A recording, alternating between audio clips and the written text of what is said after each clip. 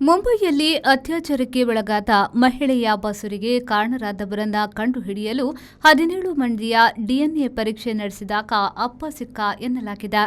ಕೇಳುವ ಶಕ್ತಿ ಇಲ್ಲದ ಇಲ್ಲವೇ ಮಾತನಾಡಲಾಗದ 20ರ ಪ್ರಾಯದ ಹೆಣ್ಣುಮಗಳು ಕಳೆದ ವರ್ಷ ಜೂನ್ ತಿಂಗಳ ಸಮಯದಲ್ಲಿ ಮುಂಬಯಿಯ ಆ ಮಹಿಳೆಯ ಅತ್ಯಾಚಾರ ನಡೆದಿತ್ತು.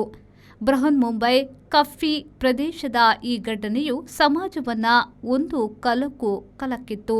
ಆ ಕಾರಣಕ್ಕೆ ನಿಜವಾಗಿ ಅತ್ಯಾಚಾರ ಮಾಡಿ ಬಸುರಿಗೆ ಕಾರಣರಾದವರು ಯಾರು ಎಂದು ತಿಳಿಯುವುದು ಸಮಸ್ಯೆಯಾಗಿತ್ತು. ಸಂತ್ರಸ್ತೆಗೆ ಕಿವಿ ಕೇಳಿಸದ್ದು ಮಾತು ಬಾರದು.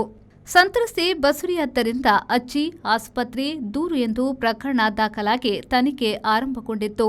ಸಂತ್ರಸ್ತೆಯು ಅಂದಾಜಿನಿಂದ ಕಣ್ಣಿನ ಮೂಲಕ ಹೇಳಿದ್ದರ ಮೇಲೆ ಒಬ್ಬ ವ್ಯಕ್ತಿ ಹಾಗೂ 17ರ ಒಬ್ಬ ಹುಡುಗನನ್ನ ಪೊಲೀಸರು ಬಂಧಿಸಿದ್ರು.